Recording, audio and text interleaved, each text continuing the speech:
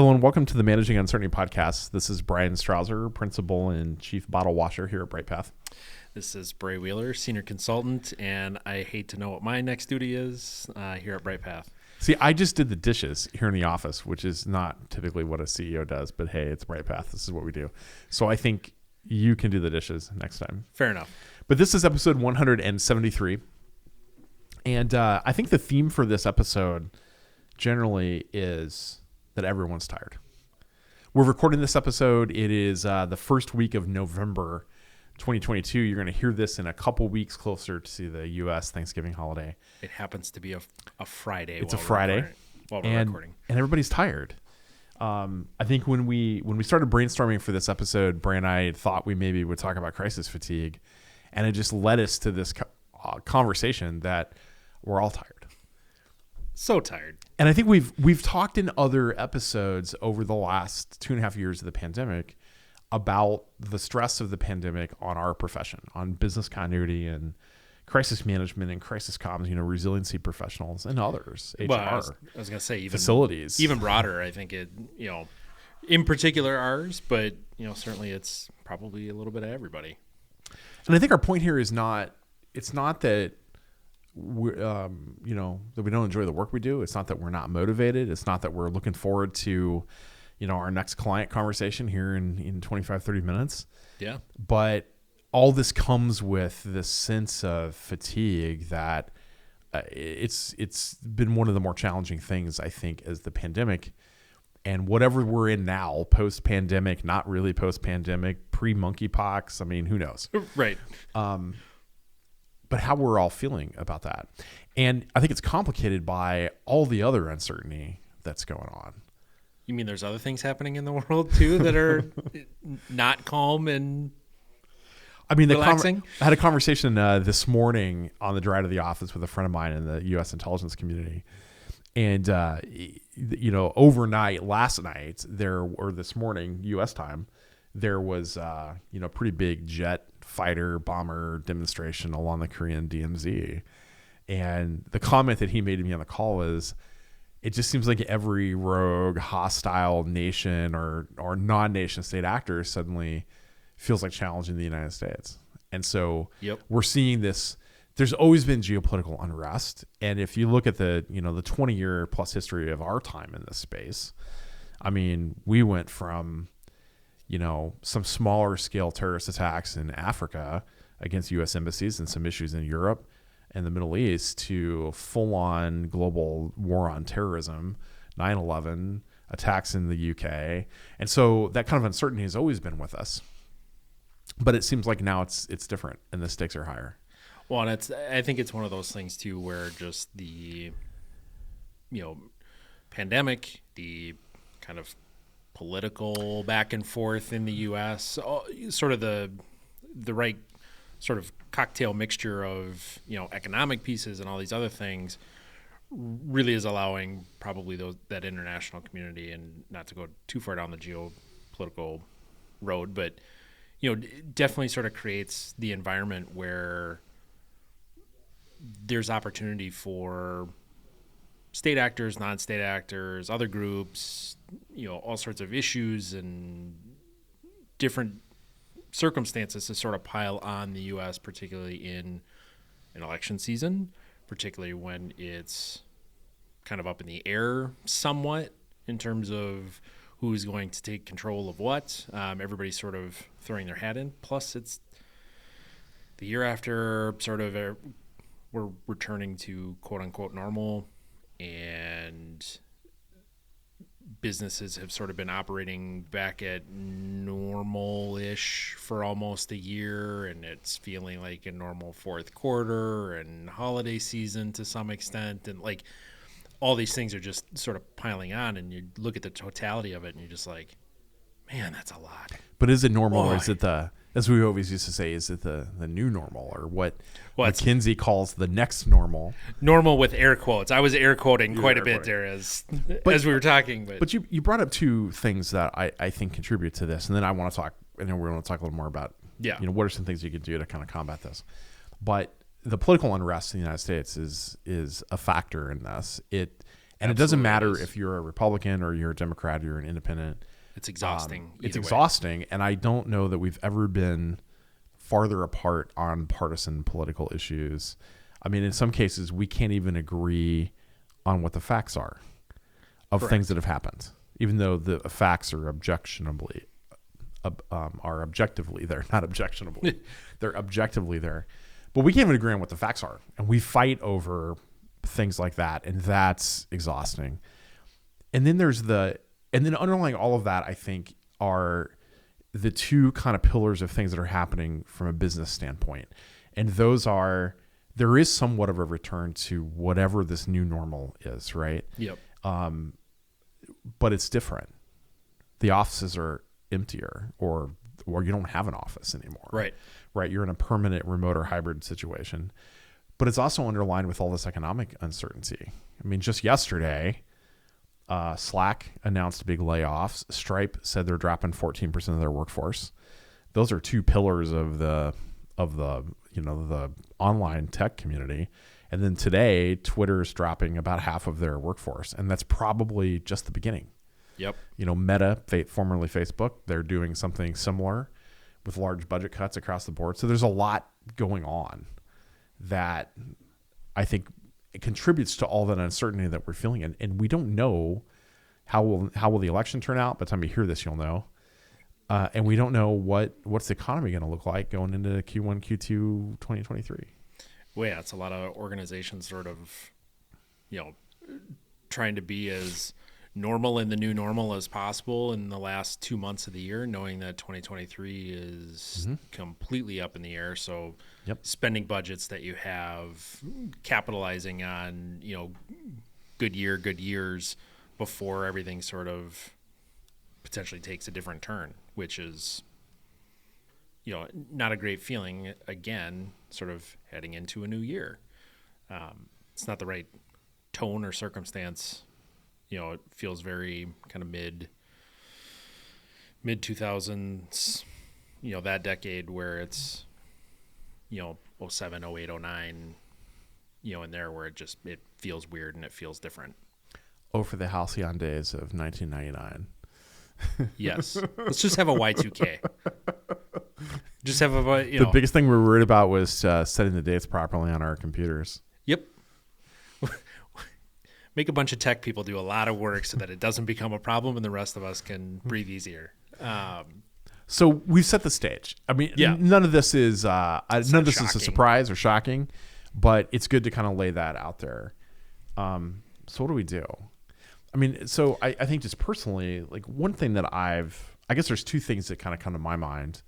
One is when I talked about with my doctor in 2021, because I told him that I was experiencing a lot of stress at work about, self-imposed deadlines and getting things done. Me? And no, not you. Well, let's not open that can of worms. But, it was funny. His recommendation was, well, you mentioned to me that you enjoy reading and reading is one of the ways you relax. And I said, yes. He goes, well, why don't you take an hour-long lunch and, eat your meal and then sit and read something that's not work-related, and then go back to work for the afternoon. And gosh darn it, that guy was right. Right. It's always frustrating when you walk in there and you're like, you're right. You're right. And I knew it walking in here, but I needed you to tell me. I kind of rolled my eyes and I'm like, but like I have work to do. And he's like, no, you should just try this for a while. Yeah, he was right. But the second one is, and I was reminded of this yesterday, was something that somebody in my academic life did, is I think the pandemic and my mom passing away last year really taught me to give myself some grace. Yep. That there were going to be hard days, and hard days are okay to have. Yep. That you didn't have to be at 100% all the time. I mean, I would like to think I could, but I'm not that. No one is that. Has that capability, right? So I think finding ways to be okay feeling that way, or feel like you're not having the greatest day and maybe I should just hang it up for the day and go hang out with my kids or something, is okay to do that. It's, it's bringing back, I shouldn't say bringing back, but sort of embracing that, the mental health day, or, everybody's got a different term for it, but really it's, And the term gets thrown around, and I kind of chuckle because, over the last few years I've gone through some different circumstances too, and certainly the pandemic, adding on top of it. But, throughout this last couple of years, a lot of people talk about self-care and, kind of throw that term around, which I think is awesome because I think it's an underutilized term and an underutilized sort of, tool in people's toolboxes. And I think to your point, it really leans into that, kind of grace and forgiveness to yourself. Cause, I think like you, I certainly struggle with that and, have had conversations where people have challenged me and go, what happens if you don't get that done? And it makes you like, it's that uncomfortable feeling of like, but I can't, I'm wired to get it done. Like it's been reinforced. Like, but what happens if it doesn't? Will the sky fall? This is why this is why the toilet handle is still not properly fixed in one of my bathrooms. Right. It's one of those things where it's like, that drive to sort of, fix everything, do everything, organize everything, have everything spot on becomes exhausting. And you have to give yourself that latitude of what can wait, what can drop off. And I think it's particularly for, our field, a lot of the times you have to be on and you have to be ready and you have to be prepared. And you can't let, certainly in a crisis, you can't say, well, what happens if I don't get that thing done? Well, the thing gets worse. Like the fire does not go out because, you chose to ignore it for, a little bit. But at the same time, it's all the more important when you're not in those situations to really find those rhythms and routines and things like you said, reading or, playing video games or woodworking or going for walks or, all the sort of, even cliche stuff that people throw around that's, oh, I relax. But even I think to your point, you know what? I'm going to hang it up. I'm just going to go play with my kids, or I'm going to hang it up and I'm just going to do whatever, like whatever I'm going to do whatever I'm inclined to do. I'm going to binge watch a show I've been putting off that I've had in the bucket for a while. Great. Do it. Embrace that moment. That's where you're at. Embrace that moment. And then understand that the world's not going to fall down if you've paused those things you feel like you really need to get done. But especially now, this time of year is always challenging too when the weather changes and it is all that kind of stuff that it plays into it. I also think, those are all really good. I think those are all great points. The other thing that helps me, I think, I came to rely upon this more at the beginning of the pandemic when there was there's still a lot of uncertainty, but there was a lot of uncertainty about where this was going. Right. And there was not good leadership on a national level about what was going on. Right. Yeah. We had a lot of disinformation and misinformation, and this was a really bad place that we were in. And I had an alumni group from a program I was a part of, academic program I was in 10 years ago. And during that time, we started, at the time, it was weekly calls. And you want to talk about a cathartic place to go. I didn't miss that for anything. Oh, I bet. Because there I was. We had about 70 people. There's about 1,000 alumni of this program over its 15, 16-year history. About 7 or 8 of us got on there on a typical call. And we usually had a theme, but we never had a guest speaker. We just really kind of opened up. Like sometimes the academic leaders would share, here's a couple of things we're seeing. And then all of us just unloaded. But it was so good to be in a place that was safe where we could talk about, because we're all in emergency management and homeland security, the intel community. But almost all of us were involved in the pandemic response in some way, shape, or form. Some folks were at CDC, some folks were at HHS, some folks were in the military or state or county public health agencies. And we just had a really good conversation every week about what we're experiencing. And it was not, I don't want to describe it as a bitch session because it really wasn't, although there was some venting. A lot of it was, how do we apply the things that we learned in the program to what we're dealing with?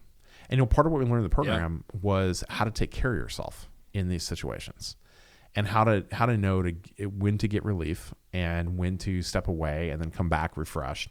And that was a lot of what we talked through, was our own challenges in staying sane through all of that chaos in 2020.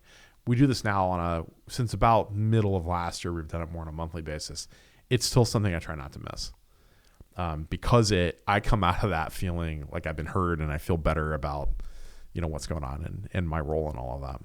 Well, that's, and as I took a vacation end of July, beginning of August for almost 2 weeks. 2 weeks, which is kind of normal in our family, because it's, ironically, we always went to Massachusetts for about 2 weeks, and that's indeed where we went this time around. But I hadn't had a real vacation with the kids and all that kind of stuff, obviously with pandemic, but other circumstances too, in a long time, like a couple of years long time. Mm-hmm. And I pretty much told everybody here and told everybody on the baseball board I'm a part of, and, sort of told everybody in my life, like, I'm out, I'm at the beach, I will see you in 2 weeks. And, it had just gotten to a point where it was like, oh, I'll bring this and I'll bring that. And, and I think the week before I fully decided, like, I'm not bringing anything. Like, and you didn't. It all stays at home. I think I brought my laptop because I took an exercise call from the car on the way, but that was on day one. That was it.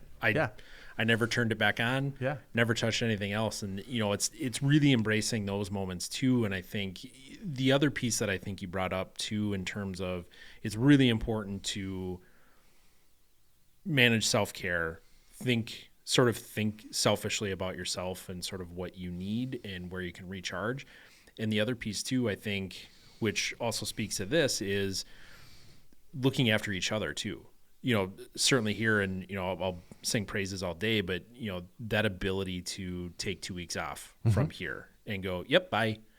Or, just even those different moments, certainly for me or for others on the team, when it's just like, it's a day, I'll be at this meeting, but it's a day, and having that sort of grace and flexibility of like, yep, got it. And allowing that safe space for other people too, to embrace that, I think is really important, because it allows yourself to know that you can take those moments because you're supported in that way. And just as important to take care of the people that, friends, family, all those folks in your life too, of creating that space and finding those moments for them too. So it's sort of that community aspect that it doesn't seem we're all that real good at right now, but all the more important to start kind of re-engaging in that community space. And then I think the other thing, we've talked about this before on other episodes, but figuring out what your anchors are. Yep. Right. So family is an anchor. Your friends are an anchor. I think finding people, the alumni group from the program I was in is an anchor for me, because I know that we don't necessarily always see the world in the same way, but we deal with the same challenges. Right. And I know they're experts and they have my interests at heart, and they're a dispassionate observer, right? Yep. So I can go to them and I can vent and I can talk and I can get advice. I think your colleagues that you are drawn to in this industry are the same.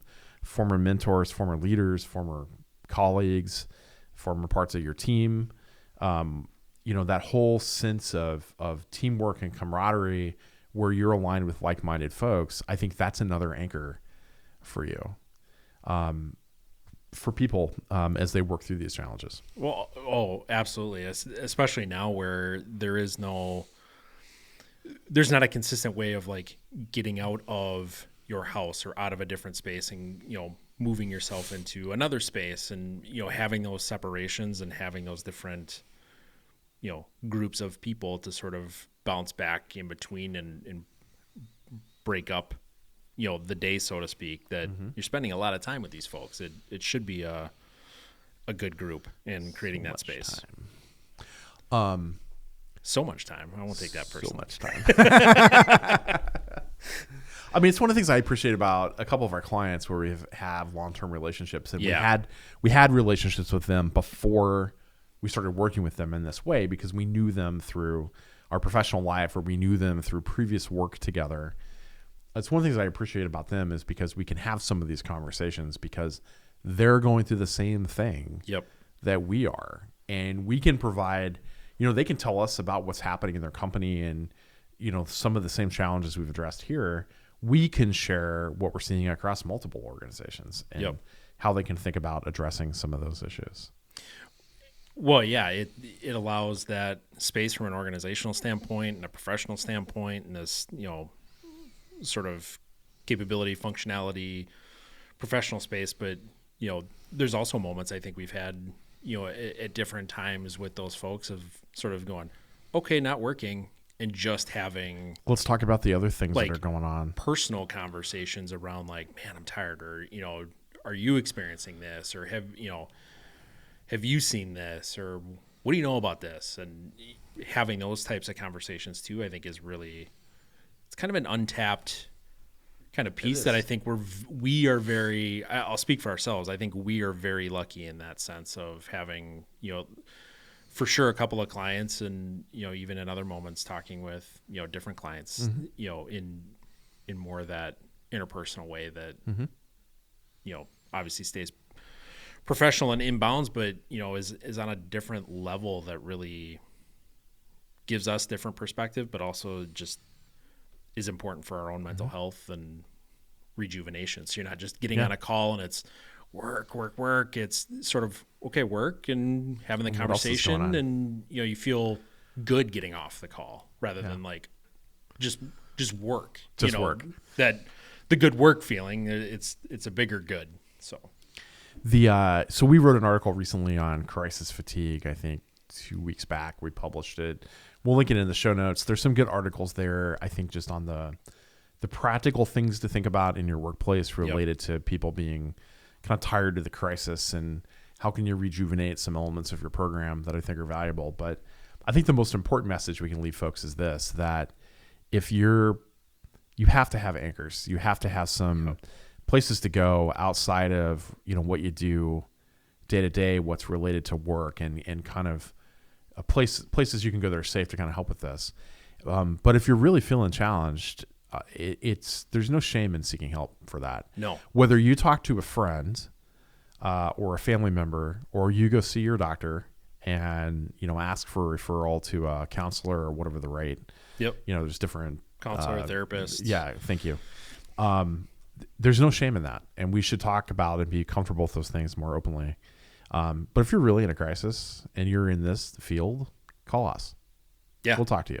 Yep. If you got nowhere else to go and you were so interested in our podcast, it's not a sales conversation. It's no, look, I've been in your shoes. How can we talk through this together? How can I help get you some help?